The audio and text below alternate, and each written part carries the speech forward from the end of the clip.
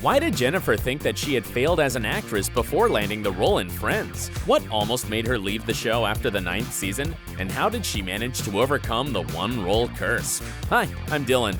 Let's find out. The struggle before the Rachel role. The beginning of Aniston's career was no bed of roses. While working as a waitress, a bike messenger, and a telemarketer, she appeared in as many as 4 other sitcoms before becoming Rachel, and all of these sitcoms got canceled rather quickly. The first one was Malloy in 1990. There were relatively high hopes about this one because it starred Mayim Bialik, who was already famous thanks to her lead role in Blossom. However, the sitcom was canceled before the first season was even over. Next, Jennifer landed roles in Ferris Bueller, The Edge, and Muddling Through. All of them failed, but the latter one actually brought Aniston success in the long run. We'll explain soon just exactly how it happened. And Leprechaun, Jennifer's big screen debut, is now considered her worst role ever. Even the actress herself is still embarrassed by it. Meanwhile, although both of her parents were actors, they never supported her career choice. "My dad was just begging me not to be in the industry," the actress recalled in an interview. His main concern was my heartbreaking, because it can be so hard, and painful, and, rejection is not easy. The absence of successful roles combined with a lack of support from her parents made things extremely hard for Jennifer, but she knew that she had to go on. As she said to Collider 5 years ago, "I just had this deep feeling in my gut that somehow something was going to happen, and I just had to be patient." But still, at some point, even her patience ran out, and Jen started doubting herself as an actress. She considered quitting acting until she came across Warren Littlefield, the then president of NBC's entertainment division and the man behind Frasier and Seinfeld. "Is it ever going to happen?" Jennifer desperately asked him. He encouraged her to continue, and a few months later, the script of Friends came into her hands. But even then, things didn't work out immediately. Someone else as Rachel? Before making the ultimate choice, the Friends writers saw a lot of other actresses for the part of Rachel. Tia Leone was their first choice, but she declined the offer. Then they wanted to give the role to Courtney Cox, but later decided that she'd make a better Monica.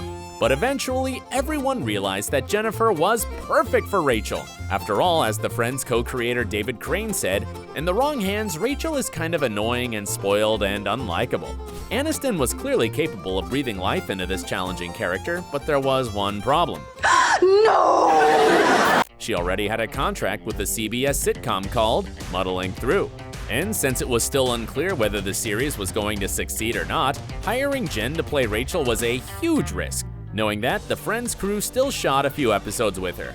But if Muddling Through turned out to be a hit, they'd have to recast her and reshoot those episodes. During this time of uncertainty, there were a few Friends-related photo shoots, and Aniston had to step out of the cast photos. After all, they still didn't know whether she would be in the show. All right, come on.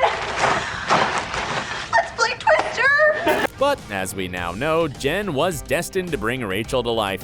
The world only saw 9 episodes of Muddling Through, and the final one was never aired. That's why we say a failed sitcom eventually brought success to Jen. If it hadn't been canceled so soon, she wouldn't have become the Rachel we all know and love. And there was one more sacrifice Aniston had to make to join Friends. She had to refuse a spot on Saturday Night Live in favor of the part. Interestingly, the actress's colleagues, Adam Sandler included, ridiculed her decision and thought that she had made a huge mistake. Well, who's laughing now, huh?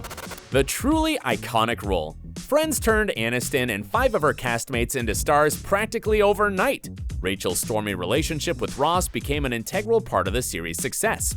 Did you know that the show's ratings would skyrocket every single time their relationship dynamics changed? And in the finale, we finally saw their long-awaited reunion? I wonder what Ross and Rachel would be doing now. Well, according to Aniston, they're still together, so let's hope that she's right. There were plenty of reasons why we instantly fell in love with Rachel. She's funny, lovable, pretty, and she's a good person, despite being a little spoiled. And it turns out that part of the reason why Jennifer portrayed her so well is because they have a lot in common. Just like Rachel, Jen had to work as a waitress, and in her own words, she was terrible at it.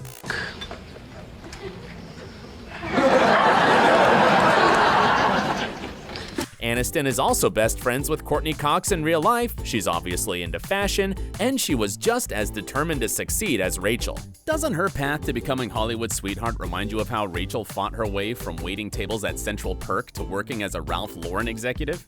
So it's no wonder that Aniston received plenty of awards for playing the role so brilliantly. including a Golden Globe and an Emmy. And last year, People's Choice named her People's Icon. Receiving this honorary award, Jennifer thanked the cast and crew of Friends. I mean, Friends was truly, it was the gift of a lifetime, and I would not be standing up here without that amazing show, without those amazing 5 other actors, and with an audience who stuck with us for a decade. And since Aniston, along with her co-stars, received $1 million per episode by the final season, it's safe to say that Friends made her crazy rich. Jen was definitely living her best life, but there was at least one thing the actress hated about her Friends character, and it was the famous Rachel haircut. Yes, we're talking about the signature haircut numerous women all over the world strove to replicate. According to the actress, it wasn't her best look, and she thinks it was ugly. She couldn't even style it on her own because the haircut required some serious maintenance. It was like doing surgery, the actress admitted to Marie Claire. And here's one more thing that's gonna shock you. Despite all the success of Friends, Aniston wanted to leave the show sooner rather than later. In fact, she even wanted to quit playing Rachel after the 9th season. I had a couple of issues that I was dealing with. I wanted it to end when people still loved us and we were on a high, the actress explained in an interview. And then I also felt I was feeling like, how much more of Rachel do I have in me? How many more stories are there to tell for all of us before we're just now pathetic? Fortunately, Jen's co-stars persuaded her to stick with Friends till the end. Can you imagine the 10th season of Friends without her? Share in the comments. Overcoming Rachel. Sure, it probably felt wonderful to enjoy so much love and adoration from fans, but the role of Rachel didn't only become a blessing for Jennifer. It also became a curse. Quite soon, Aniston found herself typecast in romantic comedies in relatively similar roles. She'd always play the funny and pretty girl next door, and she really wanted to prove to everyone that she was capable of much more than that. I am not funny, I am a serious actor. The actress spent years struggling to get rid of the Rachel stereotype. I could not get Rachel Green off of my back for the life of me, she recently revealed to The Hollywood Reporter. Luckily for her, her first departure from the Rachel stereotype happened back in 2002, when she landed the lead role in The Good Girl. As the actress told The Hollywood Reporter, she was mostly doing the film for herself to see whether she could do it. Another film that proved to be entirely different from the roles Aniston would usually play was Horrible Bosses. They actually never thought that I would say yes, and of course I couldn't say yes fast enough, the actress recalled about getting the script. The next film that was even more different from what Aniston had done in the past was Cake. The 2014 drama about a woman struggling with chronic pain wasn't too well accepted by the critics. Although Aniston's performance was highly praised, Deadline even called it heartbreakingly good. And then, of course, there was Jen's big comeback to TV in The Morning Show.